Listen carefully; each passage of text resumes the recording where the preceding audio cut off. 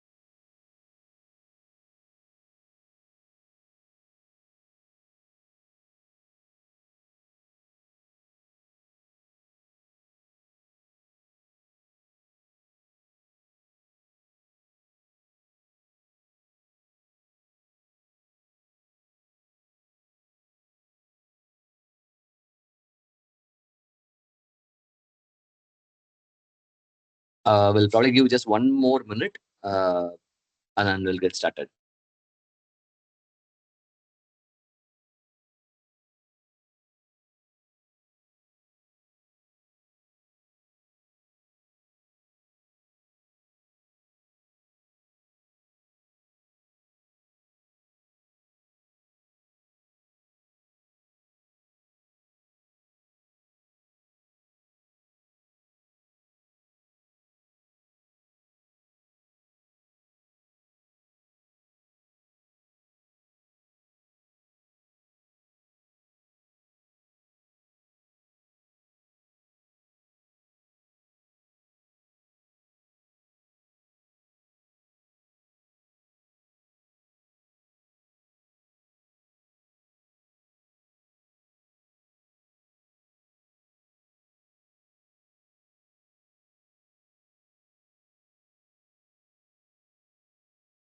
Fine, guys. I think it's 4 minutes. Few people are pinging me, having some connection problem. Probably we'll just give final 1 minute, not more than that, and then we'll get started.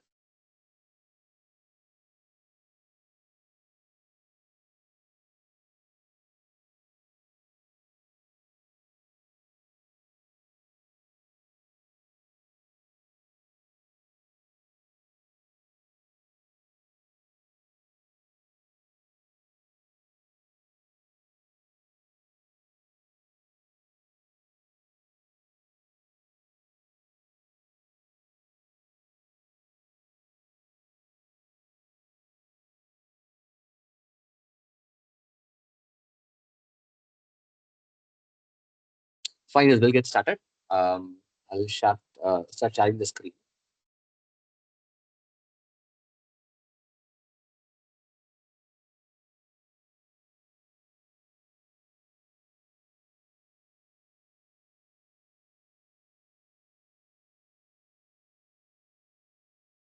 Okay. So what we'll do today is I'll spend a few minutes on the some of this basic setup, what you should have it in your mission, right? For you to follow the session and then to do an hands-on. I'll probably spend some time on some of the basic things that you need to have it in your laptop. And then what I'll do is I'll probably pick a random topic and then go over so that the people who are new to understand my way of teaching, whether it is comfortable or not, right? So we'll try to spend some time on, pick a random topic and go over that. And then we'll take some question and answers. If there are any questions around the topic or in general about the course, we'll go over that. That's a plan for today, right? From tomorrow, it is going to be as per the plan. We'll get started with the day one session.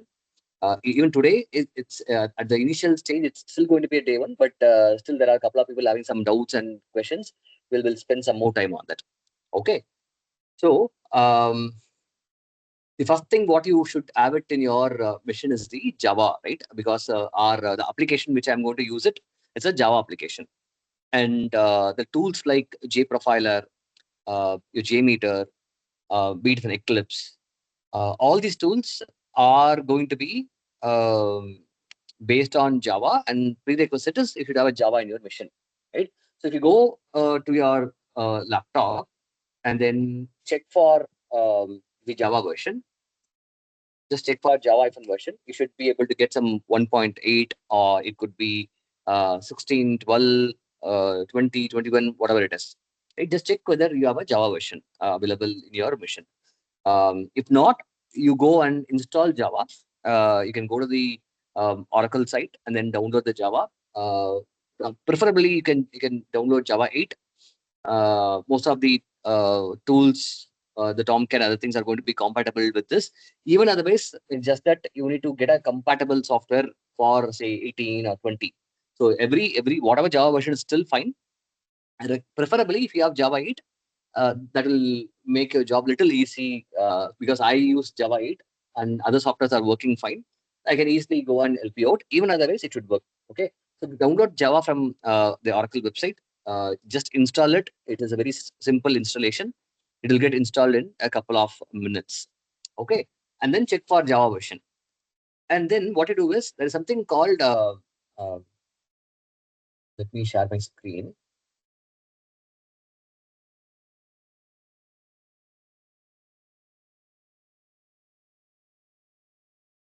At, yeah, I'm just trying to share the screen again. Fine. So from JDK, JVM, JRE, right? Uh, the basic difference when you install the complete package of Java, right? You will get a JDK. JDK is a Java development kit. It will include everything, everything that is required for you to develop an application, compile it, and then you to do a create a your Java application, a bar file or jar file, deploying it, executing it, debugging it, everything um, will be part of that, right? So when you go to install an entire JDK, you can do everything. Now inside JDK, you're going to have your JRE and JVM. JRE is nothing but a Java runtime environment to use a Java-based application. For example, in your project, you might have used a Jmeter. Okay, to use Jmeter, you need a Java. You know it entire JDK. You at least need a JRE, Java Runtime Environment. You need a runtime environment to execute any Java-based application. Jmeter is a Java-based application. So to use Jmeter, you need JRE, at least JRE in your machine. Okay. Inside JRE, you are going to have something called Java Virtual Machine, which is actually going to execute your Java applications. Okay. So that's how it is going to be. JDK. Inside JDK, you have JRE. Inside JRE, you'll have a JVM. Okay. Even if you go to a physical location of your Java, for example, if you go to C program files and then Java, if you go to JDK, so JDK, you will include everything, right? Now, when you go to, there's something called JRE. So inside JDK, you are a JRE. And if you go to JRE, and if you go inside bin, you will have, sorry, not bin. If you go to library, you will have a JVM DLL.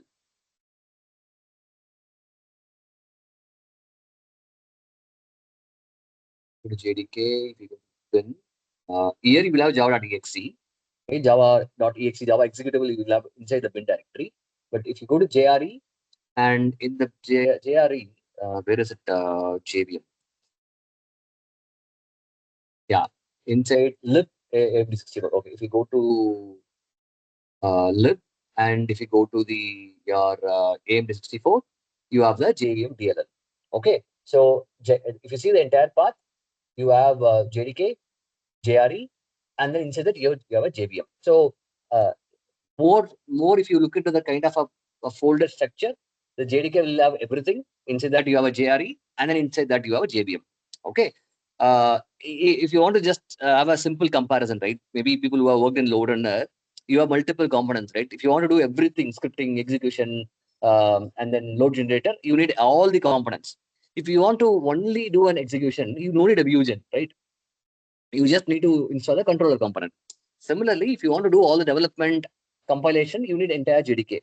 If you want to just execute your Java application, you don't need JDK, you just need a JVM or JRE. Just for your understanding, right? Somebody, if they ask you what is JDK, what is JVM, JRE, that's a basic thing you wanted to know. Nothing more than that. When we don't need to complicate anything, that's how it is. Okay. So one thing what you need to do is something called environmental variables. Okay, whichever software you're going to install, maybe Python or Java or any tool you software you install, your laptop should know where is your Java, right? When I go to open a Jmeter, it will go and search for the main prerequisite is Java. So it should know where is the Java is located. Okay, so for that you have to go and provide that data. It is kind of an address. You have to provide an address in the environmental variables. So if you go to the environmental variables and go to here, and then here, if you see here, there's something called Java, right? And Java Om. So what it means is your Java application, when it is going to execute a Java when your JVM is going to execute a Java application, or rather when you're in your laptop, when you're going to open a Java application, it will go and check for where is Java. For that, you need this environmental variable. Blindly go and add these things. Okay. While you install Java, sometimes it will get added automatically. If it is not, come here, click new, and then for Java, you provide C program files wherever the /bin directory, right?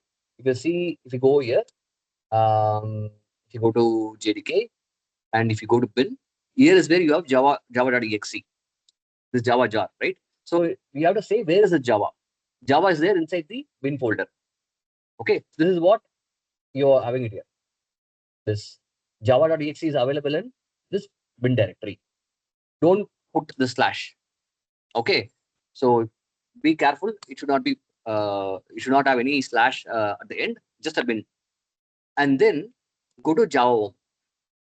In Java Om, you have to provide up to the JDK. So Om is kind of your Om directory. Om directory is your JDK. Up to JDK, you give it. Okay, and then go to path. There's something called path variable. If you go to the path, here also you just give the path of java.exe. Okay, java.exe is available in /bin folder. So three things. One, in the path, you provide the java.exe path. Here you add the Java environmental variable, and then Java Om environmental variable. Three things you have to do it. Once that is done, click OK, and then open a command prompt, and then check for your Java version. You will see the once the Java is installed, once you configure the environmental variables, then you will be able to get this Java version listed in the command line. Okay, so that's the first thing you have to do it. And then the Tomcat folder, right? You can download it from my drive, or you can download it from the internet also. Either way, it is okay. Okay, if you go to my drive here, you will see something called Tomcat folder somewhere in the bottom. Yeah, the last one, right? Tomcat.zip. You just download it, extract it, and then put it in a C drive or D drive. Okay, or you can download the Tomcat from the internet also. Anything is fine. Now, once you download the Tomcat, then my Tomcat is there inside the PE, and then if you go to the Tomcat, so you'll get this downloaded, extract it, okay, and then open this, and then go to web apps. Okay, so the WAR files, whatever that I give it to you, right? If you go to the drive, for example, you go first time, right? For response time analysis, you go to respective folder. For memory leak, you go to respective folder. For thread analysis, go to the respective folder. And then in each of the folder, you will see a war files. We go to responsive analysis and go to the 2000, so yeah, 24, and then you can initially download this e library underscore no DB calls. Okay, because the database setup is not done in your mission. It's not required for at least initial days. Download this war file. Okay, so once you download this war file, copy it to this folder, into the web apps folder, and then rename it. Whatever war file you download, rename it to this format: e caps l caps e library dot war. Always, whatever that name is there in your in the drive, when you download it, rename it. Okay, once you rename it, it will be like this. Okay, and then go to the bin and open the Catalina. You no need to go and change anything in the Catalina as well, but just for your information, here you will have all these settings, like what is the minimum EAP, what is the maximum EAP, some of the other settings. So you don't need to worry about all these settings. You just if you want to change something here, say change it. For example, you don't want to have a very high number to start with, right? I'll tell you what are the ideal value, optimal value later. But for now, just keep it minimum. Just keep it as 250 and 500 for now. For our profiling and all, this is enough. Okay. So you just open it, just check whether what is the value there. I think it should be like 250, 500 only. If not, keep it as 250 and 500 M. Okay. And then close it. Don't save. And then one more thing is go to your configuration file and then open the server.xml. There you will have, you can specify what port you want your application to listen. By default, I would have given, I think 8083. That's okay. You can let it be 8083. Okay. In case in your mission, something else is running in 8083, then you go and change it to 8084, 8085. Okay. In case something else is running. If not, 8083 is safe. You can just keep it as it is. Okay. That's it. Nothing else you're going to do it. Okay. Check the Catalina heap and then check in the server.xml your 8083 port and then go again to your bin and then start it.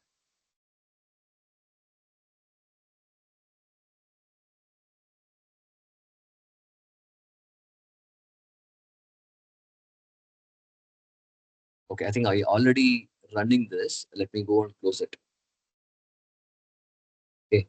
Now I'll go and start it again.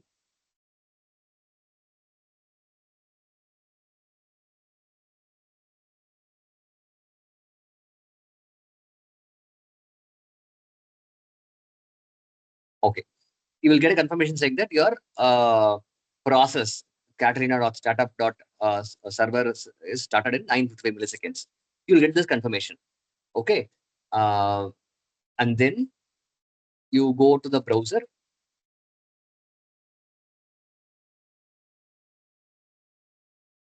Okay. And then default is admin at jtp.com. Okay. JTP. Okay. Admin 123. Admin 123. Okay. Probably I'll just type in here admin 123. Okay, just for your reference, when you look into the video, you know this. This is the user ID, and this is the password. Okay, and then you can do a login. When you do a login, okay, just check here. If you see, if in case your login is not working, you get a 404 or something is not coming up.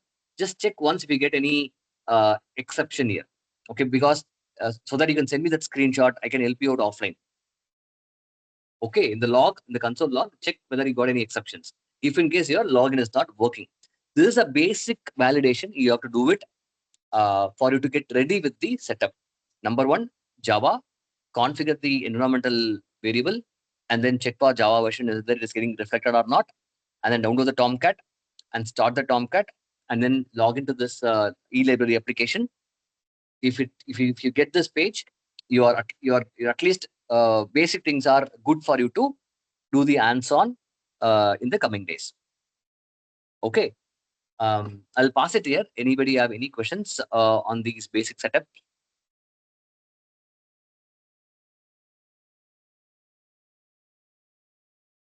Can we keep two war files there in that folder? You can keep it, Yeah. not a problem, not with the same name, but Mhm. it is not going to help us or it is not going to impact us. So you can keep n number of war files. It will Mhm. it will go and deploy all the Word file, but anyway you will be able to use only one of this here. So it's Okay. nothing wrong. Mhm. Uh, so there's no advantage or no disadvantage. Okay. Actually, I'm using Yeah. one of the port for a different application.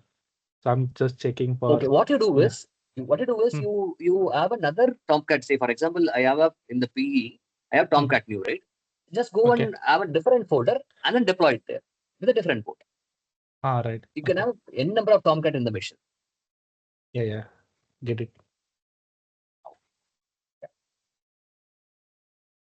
The database setup, I'll tell you later. I don't want to confuse with all these things. That is also very simple only. But I'll tell you MySQL database setup later. And anyway, in parallel, I'll ask the team to add those videos about the database setup and the server setup tomorrow. So often, slowly you can look into it, but not urgent.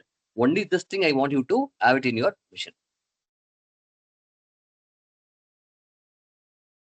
Okay, fine. Now, second part, as I said, right, I'll just randomly take a thread topic and I'll just go over for next 15 minutes so that people who are new will get an idea of my teaching skill and the style of teaching as well. Okay. Now, um, again, I'm saying people who have doubts, any questions, even a very simple, silly question, don't worry about it. Don't think what others will think. You can ask questions. Okay, as long as it is relevant to our topic, will not have any problem. Okay, the drive link, what I will do is I'll send the paste a drive link in the WhatsApp groups. Okay, and then I'll give an access tonight for all the people who have, I think you have confirmed your email. I'll send this, I'll add it and then give the confirmation tonight. Okay,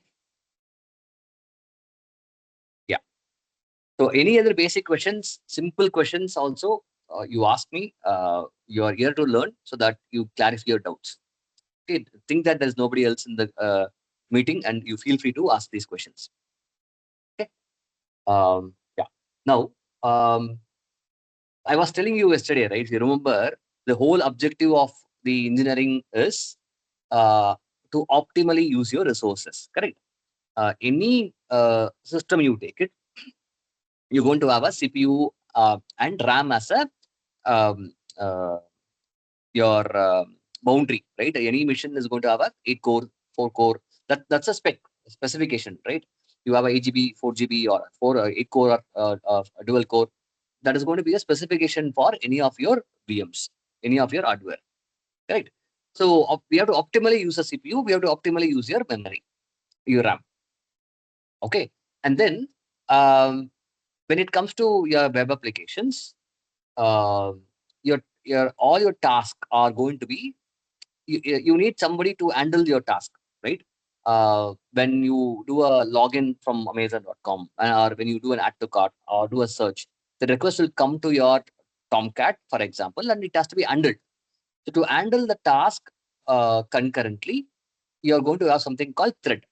So you can just think that thread are nothing but the workers in the Tomcat waiting for the request to come. So if, you can get 10 requests, 20 requests parallelly from 10 different people around the world, and there are going to be workers going to be readily available to pick that work and then execute the corresponding code and then give back the results. So you can just plainly, simply assume that threads are going to be your workers. Okay. Uh, Even more to simplify this, right? I'll probably take a analogy. It is not a very apple to apple comparison, but still a real time comparison is always good so that you will not forget it, right? We all know these Zomato or Zepto, Swiggy kind of delivery app, right? Food or the other delivery apps. The way it is going to work is you're going to place an order from your mobile. Okay, and there is going to be a store or a hotel on the other side, right? In between, there is going to be a delivery person. Okay. So you are an end user, you and me are an end user who are going to order food, and the stores or restaurants are the one who are going to process it, and they will send it back. In between, you're going to have your delivery people who are going to receive the request, and then they're going to go and get that processed food or other items, and he is going to deliver. So there are going to be multiple delivery people, right? If you take even Swiggy, maybe in the morning time or late in the evening, there are going to be many orders. So there will be too busy. There are going to be many people who are going to work to get it delivered, right? So maybe initially, right, they might be in a different mode. For example, they might be idle sitting, maybe around 4 p.m., 5 p.m. There is not going to be much orders, right? So they might be just idle, sitting in a parking lot, sitting closer to restaurant or closer to their delivery places, right? They'll be in an idle state. And when a request comes, they'll go and actively work, move to the hotel, get it, deliver it. Again, they will go to the idle state, and then again they will get assigned. That's how they are going to work, right? Um, and to handle the peak hour, non-peak hour, right?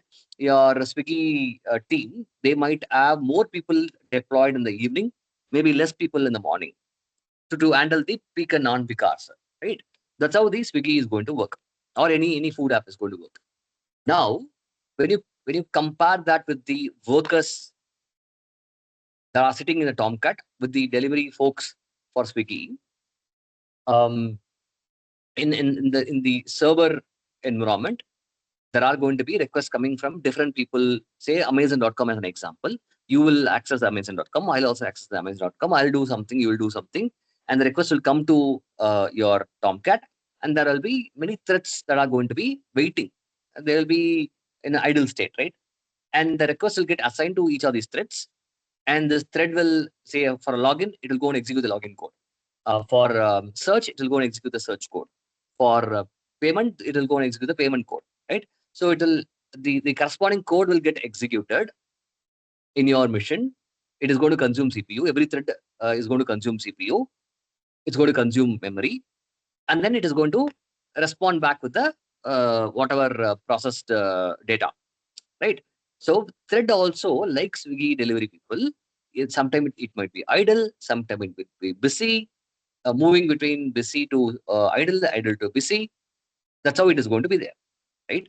And to handle the peak and non-peak hours, like there in Swiggy, here also, you can mention I need 10 people minimum and 20 people maximum.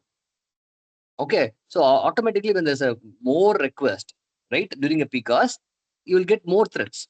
And when there is less request in daytime, it will additional thread will get deleted, and you will have only minimum as 10. Correct. So um, that's how your workers or thread in your server is going to work. You just try to keep it simple. When you compare this with the Swiggy and all, right? Why the reason I explained is not an exact example, not a apple to apple comparison, but more for you to remember this concept ever. Okay. Now what I will do is there are going to be different states of thread. Okay.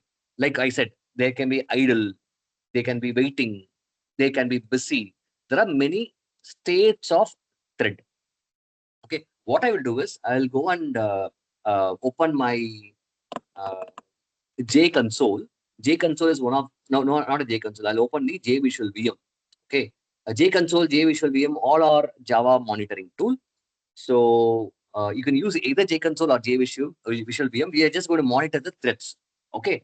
So J Visual VM also, this folder Visual VM underscore 202, it is also available in the share drive. You can go and download it, or you can download it from the internet also. Okay. Visual VM. I'll open the Visual VM. Then So Satish, I had a question. So yeah. how is it decided that how many threads have to be there? Like you're talking about a minimum and maximum, right? So how is that decided usually? Yeah. So that is going to be an entire concept called benchmarking. Okay. I will Mm-hmm. be discussing in detail later. Because for a min and maximum, it's not a single parameter.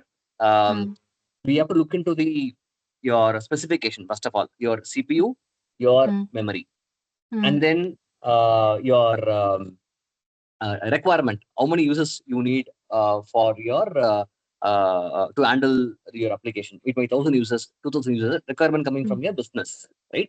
And then we have to iteratively run many tests to check whether your see, we might start with say minimum 50 threads or 100 threads.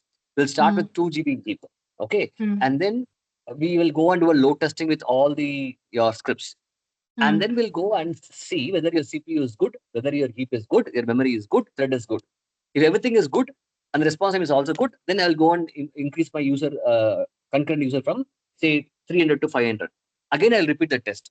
If my memory utilization is high or my thread utilization is high, then I'll go and increase the thread.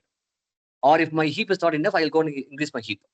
And again, I will run the test. So this is an iterative process. We will do it before arriving at the what is my heap configuration, what is the thread configuration, so that I can handle my requirement of whatever they have given. So this is something we'll learn in detail once we finish your response time analysis, memory leak analysis, all the thread concepts, thread contention, right? We will go and learn this JVM benchmarking. There you will get that proper answer. But there's nothing called, okay, for this application, you have to go with 200 or 300 or 1,000 threads.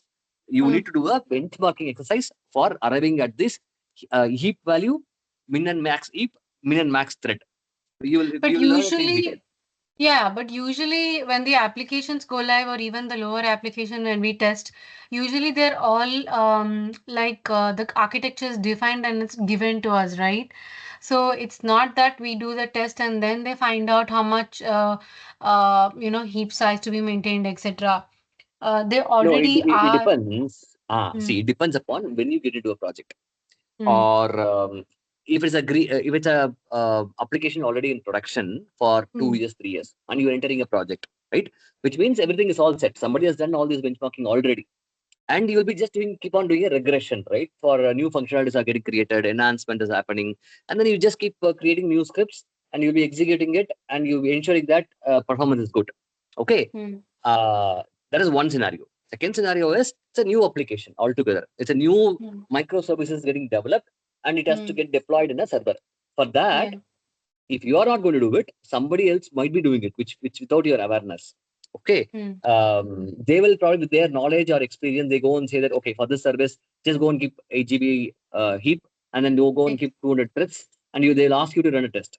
Okay, so as a performance engineer, your question is right. Sometimes we're not even aware of what is there in the configuration. Somebody would have already decided, and it's been running for a while. Then you will not even worry about it, right? But ideal when you as a performance engineer, as you gain experience, when you go to a new project, new services are getting developed. See, now more and more, if you see, earlier it's a monolithic application, right? You have a single application and everything is inside that. And for one application, you will go and configure the heap and your threads, which would have been done long back. Now, everywhere it's a service-oriented architecture, right? It's a microservices. Microservices are nothing but you will have one service deployed separately in a Tomcat. The service will have its own heap and thread configuration. Now, which means whenever a new microservice is getting developed and deployed, you have to do this benchmarking. And because every service, right, it will have its own footprint. One service might consume more memory. One service might consume very less memory. So according to that, you have to go and configure your heap. Some service might be heavily used. For example, if you login service, right, it might not have that kind of a load, but maybe a search service. A lot of people in Amazon, right, you go and do a lot of searches, but you might not be logging in always, right? Once login, I think it will be there for 2 days, 3 days anyway. So number of threads for search has to be very high. Versus for a login service, it might be reading less. So for a microservice architecture, for new services, we have to go and do this JVM benchmarking and then decide the threads and heap. Maybe at I don't know your experience and your role, right? Depending upon that, we either do it or not do it. There are places it is where we don't possible. do it. Yeah, it is possible that the architects decide and then they do the bench. I mean, they do suggest. Then when we test it, of course, if there is some issue in the load test, then of course we find out, that some configuration or some memory leak has happened, right? And that's also possible, right? That's what I have seen usually. So I'm asking. Yes. So what you would have told us, my response times are high. Yeah. CPU and memory is high. You will be reporting it and saying the test is failed, right? Yes. Then begin the same, whatever a performance engineer has to do it, maybe in one of the organization, there are architects who might be monitoring it. They definitely know what is the issue, right? Performance architect or a development architect, they will know. They will go and suggest something to change it, and then you will rerun the test. Sometimes they will tell what they have done. Sometimes they will not even tell. You will rerun the test, and then you will say that okay, everything is good. Then you will certify it. So that is the most common scenario that happens in a lot of performance testing projects. That is still valid because sometimes we will not have that scope to do all these things, right? But now, since you are learning engineering, maybe in the future, once you get a scope, you can also do all these things. Okay. Yeah. In many projects now we see, since it's all services, right? They give you access in the UI itself.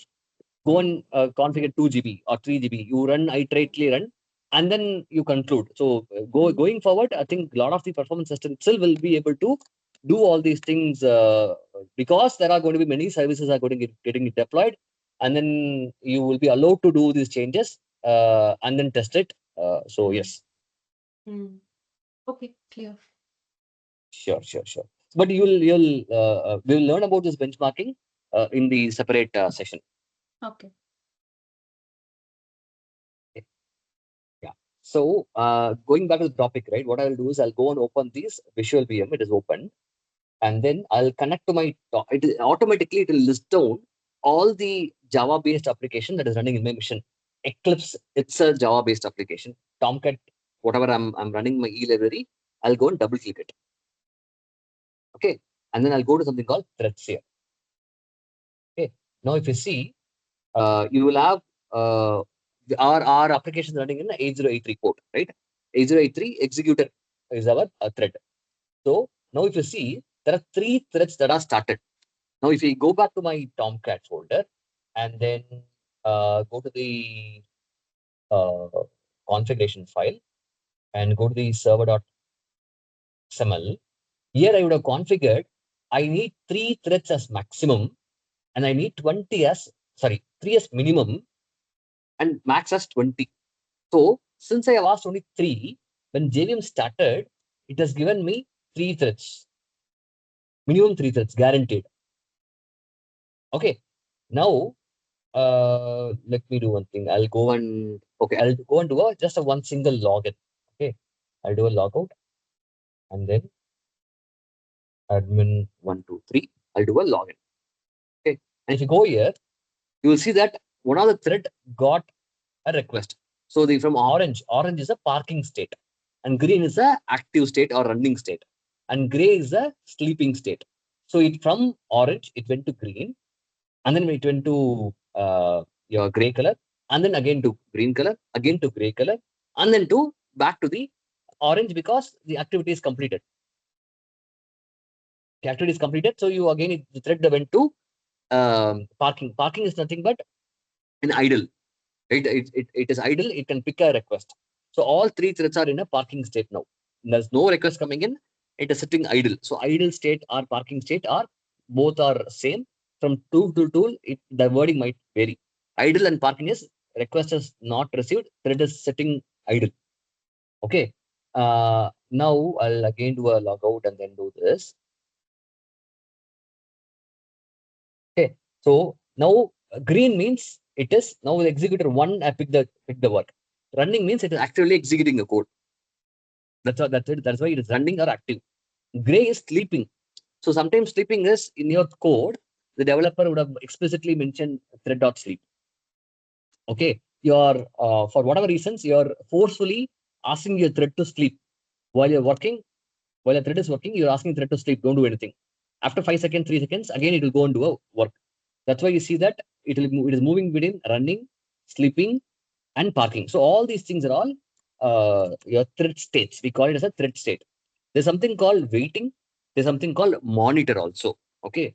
Waiting is for whatever reasons the thread is waiting for some IO activity, or it is calling a third party API, maybe a Facebook or a Twitter, or it is calling a payment gateway. So it is waiting for that network connection to be established, right? So all these things can go into a waiting because it is not actively doing any code execution. It is trying to make a connection to a database. It is trying to making a connection to your hard disk, or it is trying to make a connection to your third-party API. That time, that will come under waiting. So it is not sleeping, it is not running, but it is waiting.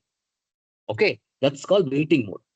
Monitor mode is it's a bad thing. It's called blocking or monitor. Okay, a thread is getting blocked. Okay, it is trying to do some work, but it is getting blocked. Why it is getting blocked and all, we will learn later. Okay. So your thread state can be move between okay. Yeah, it can move between these different states. Okay. Where is it? Yeah. So the threads can move from new. New is whenever it is getting created, and it can go to runnable or parking or idle, everything same. Runnable means it is ready to run. Runnable, parking, idle, everything is same, orange color. Okay. Again, orange is just a representation given in this tool, but for you, the state is parking or runnable or idle, everything is same. From there, it can go to running. Running is actively it is doing some execution. From running, it can go to waiting. Again, can come back to running. Waiting means it can wait for some database connection or network IO. Sleeping also considered as one of the waiting. You're at the gray color. And then if monitor block state, that also sometimes will be grouped under waiting. Waiting can be actually waiting for a network call or a DB call. It can be getting blocked, or it is sleeping. All can be categorized under waiting. Okay. So all these are all various states of a thread. Thread can go into all these states. Okay. Later, when we are going to learn about thread getting blocked, synchronization problem, deadlocks, thread dumps, right? These thread states will come into the picture. Okay. For now, you just try to understand what is thread, how is thread is configured, how is the threads are going to get created and destroyed, what are various states of thread. That's a basic thing you try to learn from this today's session. Okay. Now what I'll do is I'll just go to my Jmeter script. I might be having just a very simple Jmeter script for executing this login functionality. Okay. So I'll just open that. I'll just try to run it for 5 users or 6 users. Okay. Intention here is to see how from 3 threads it is going to increase to 5 or 4 or 6. Okay. Because your JVM will guarantee only 3 threads at the beginning. Based on your load that is coming in, it will go and increase a thread, and then it will go and maintain it. And when the load is going to come down after a certain time, it will again go back to 3. So it will always maintain minimum as 3, maximum as whatever we are given. Not more, not less. Okay. What I'll do is from a JMeter perspective, I'll give number of users as say 6.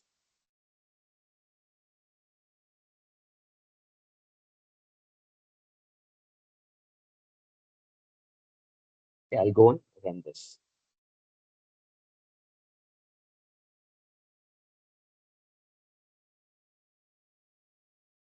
Okay, so you will see that all 3 threads are getting request now.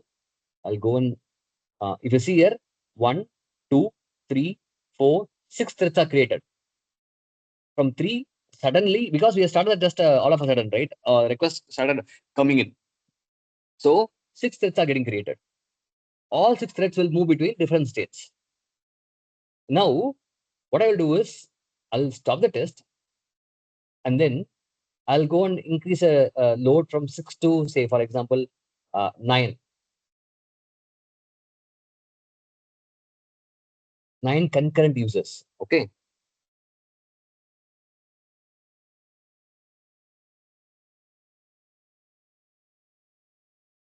Okay, you see that 1, 2, 3, 4, 5, 6, 7, 8, 9 threads are created.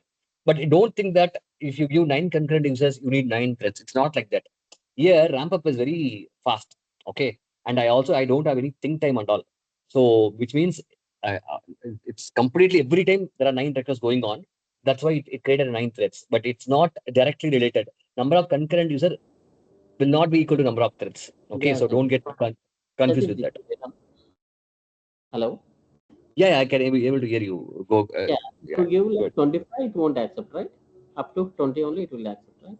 No, see, here I can give 50 also. That's not a problem. What But will that happen is, we gave only it will 20, become right? busy. No. See, what will happen is, 50 login will happen concurrently. Okay. What will happen is, first 20 logins, there are 20 threads are there. It will handle it. Other things will go in the queue. It will wait. Oh, So the okay. response will increase. Okay. And there will be some timeouts also. After 60 seconds, right? If in a Tomcat, if you have set a timeout as 60 seconds, after 1 minute, it will time out. Then you will get a mirror message saying that you are having a problem with the server. Try it later, something, message. So that's the reason when you do a stress test and all, right? The threats are less. You will see a response time will increase automatically. When a load is getting increased, but threads are not enough, the request will go into queue, and then you will see high response time. Now, if as you said, right, let me do one thing. Let me go and stop this. Okay. And I'll also stop my Tomcat. And then what I will do is I will go and decrease my from 20 to I'll say 6 to keep it simple, right? I have given max as 6. Now I'll again go and start the test. Okay. Okay. So now I'll as you mentioned, right? I'll give you 10 logins in Jmeter. Okay. Let the Tomcat start. Okay, it is started. Okay. Now what I will do is now if I go and access my e-library application manually, let's see what is my response time. Okay. I'll open the developer tool. Okay. And admin at jdp.com, admin 123, and I'll do a login. Okay. The login might come in 8 seconds or 9 seconds or 10 seconds. It has come in 6 seconds. Okay. So 6 seconds, I got a login response itself. Now, what I'll do is I'll go and run a test with, say, 9 concurrent users. Or, yes, 9 concurrent users. Okay. So now there are only 6 threads. So round robin, it will pick 6 requests that are coming in. And other 7, 8, 9. Now, if I go to the visual VM, and I'll see there are 9 threads there. Okay. No, I think it got frozen. Like these are the Tomcat, right? So I have to go to the new Tomcat here and go to the threads. And then there are 6 threads are there, everything doing some work. Okay. Now what I'll do is I'll again go and do a logout. Now let's check what is the response time. Earlier, when the load was less, thread was all available, my response time was around 6 seconds. Now again I'll do a login. Now let's see what is the response time.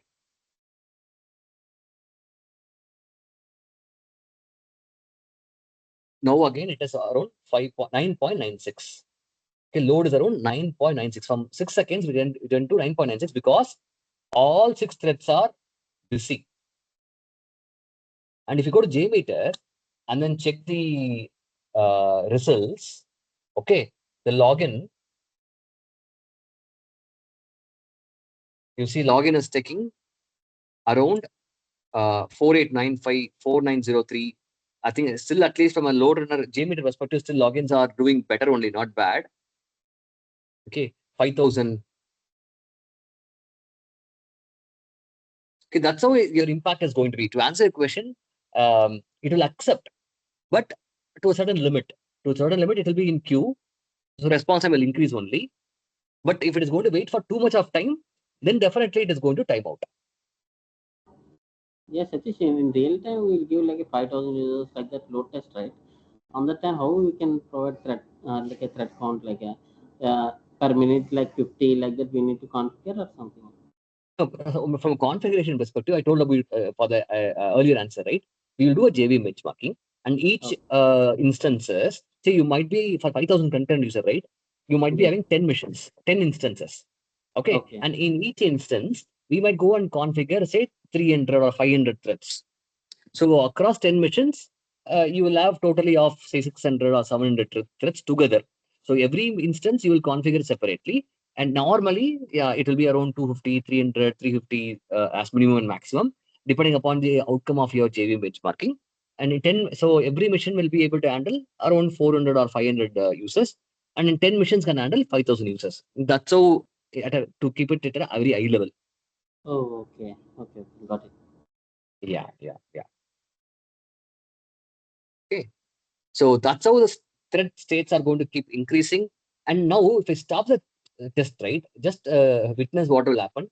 After some few seconds, after a minute or two, it will see that there is no request coming in, right?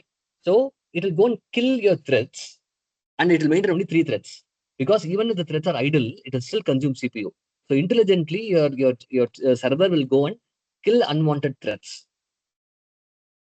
Okay. So both for your heap and thread, it will try to maintain the minimum value always. Okay. If you see here, after some time, your threads will go away. There are 1, 2, 3, 4, 5, 6, right? So all 6 are in orange state, idle state. After some time, you will see it is getting terminated.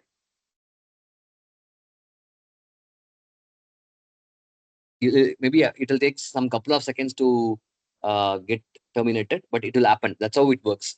So whatever threads that are additionally there, it will get terminated when there is no load. Okay. Yeah. Yeah. See, if you see, it has randomly terminated 3 threads. You have only one. It's number 1, 3, 4 are only numbers, but count wise, it has only 3 threads now. Okay. Yeah. I'll pass it here, guys. Anybody have any question on the topic or anything on overall from a course perspective? If you have any questions, feel free Hi, to ask. Satish. Yes. Now Yes. what about the remaining three threads that you ran from Jmeter? The six utilized, but the remaining three will be in the test, right?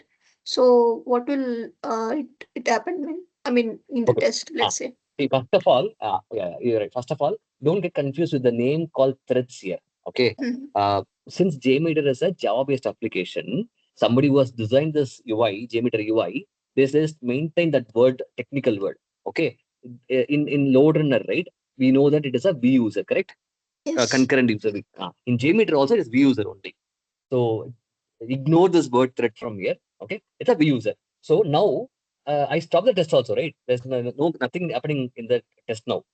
Now, again, if I start the test with, say, 2 users, 2 requests will be coming from JMeter, and the 3 threads can handle it.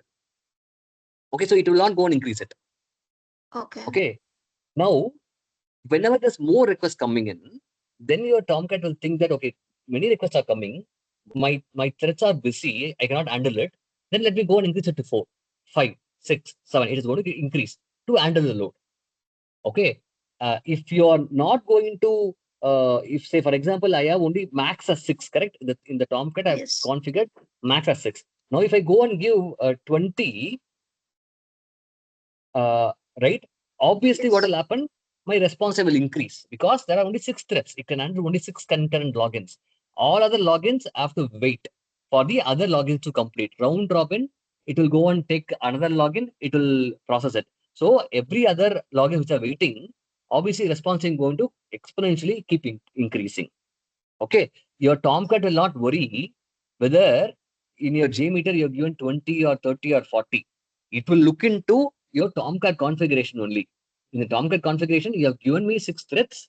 I'll give you 6 threads. If you give max as 20 threads, I'll give max as 20 threads. It will not worry about from JMeter or from LoadRunner or from a real world. If 100 people are going to get connected, I will give only 20 threads because that's what in the Okay. configuration. Yeah, that's how it works. But now, if this is a real case and a test is running, and the response time increases, right? Will it be a defect here? Yes, absolutely, right? Then what Okay. you'll do is, as a performance engineer, you will go and monitor your thread utilization. What you will observe is your threads are all busy, 90%, 100% busy. And that then you will go and say that as a load increases, my response time is also increasing. When I monitor my server, my thread utilization is 100%. And that is a direct root cause for that, right? Okay. You can go and say that, go and increase a thread. But you cannot increase a thread immediately or instantly, because your thread are going to be related to your CPU.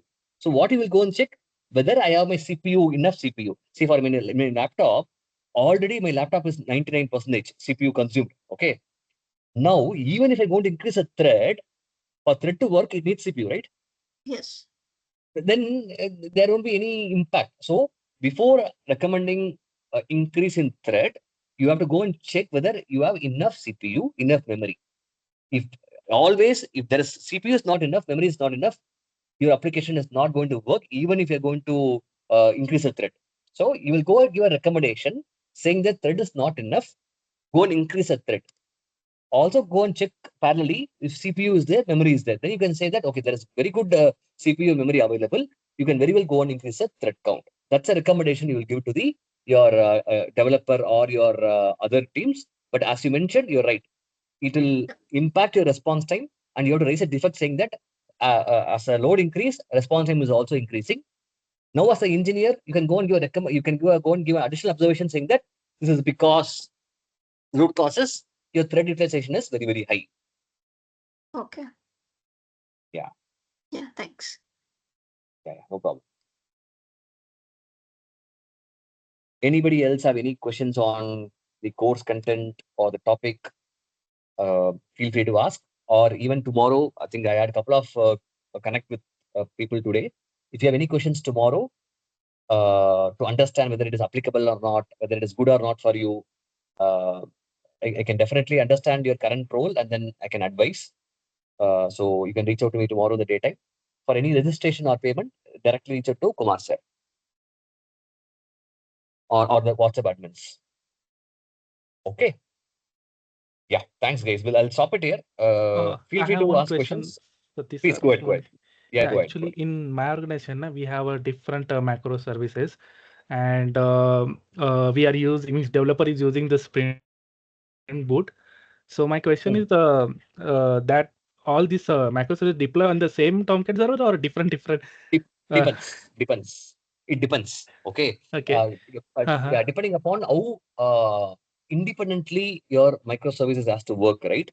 Uh, Mm-hmm. uh, Initially, if you remember, one of you asked, right, within the Tomcat, whether I can have a multiple War deployments, file. multiple war file, right? Uh-huh. So your microservices can be combined into, say, 3 or 4 services can be combined into one war file, and you can deploy Okay. it.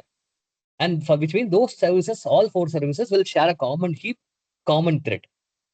Acha, Okay. Now, why we go to microservices? Because microservices are a small component which has to independently work, and each might have a individual load requirement, right? See, your right. search might be heavily used. Your login might be not that used. So I can isolate the search and login. And Mhm, also, if there's a problem with the search, it will not impact my login, and vice versa. And mhm, say if I want to do a code change for service alone, there won't be any impact to my login service, right? So in many reasons, that's why they have this microservice architecture. Independently, it will be maintained.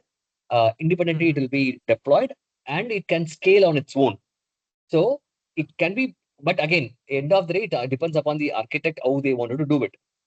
They can combine it, 3 or 4 services into a one war file, and they can deploy it, or yeah, for every services can be by itself with a small application, and it can be deployed in multiple instances. Either way, it will work out. But more and more in what we see is there is always going to be a group of functionality, right? In Spring Boot itself, you will have mhm, some of the your landing pages, some core functionality will be a WAR file, and from that WAR file, will have multiple functionalities in it. And from there, it will yeah, call 5 services or 10 services. It can be 5 Java microservices, 5 Python microservices. So that's how it is going to be. So it is going to be a hybrid. A set of functionalities will be part of a WAR file, and that will call a couple of microservices.